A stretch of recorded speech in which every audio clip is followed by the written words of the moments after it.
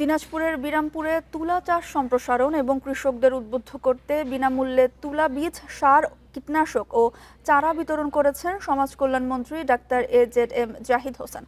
সকালে উপজেলা হলরুমে আয়োজিত অনুষ্ঠানে ১০০ জন কৃষকের মাঝে হাইব্রিড তুলা বীজ, সার, কীটনাশক ও PGR এবং ৩০০টি শিমুল ও মসলিনের চারা বিতরণ করেন মন্ত্রী। এ সময় তিনি বলেন, এ অঞ্চলে তুলা চাষের সম্ভাবনা অনেক বেশি, তাই সরকার তুলা চাষে কৃষকদের বছরে ২৫,০০০ টাকা প্রণোদনা দিচ্ছে।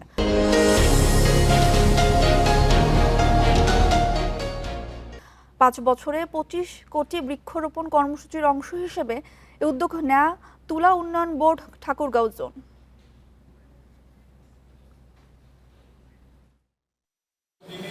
তুলা গাছে তুলা হয় এবং সেই তুলার দাম কিন্তু অনেক বেশি, অর্থাৎ ধান যদি হয় ১২০০ টাকা, তুলা কিন্তু হবে ৪০০০ টাকা। ওইটা যদি আপনার ২ বিঘা জমির মধ্যে যদি আপনি তুলা চাষ করেন, তাহলে আপনি আবার ২৫,০০০ টাকা সরকার আপনাকে বছরের প্রণোদনা দেবে।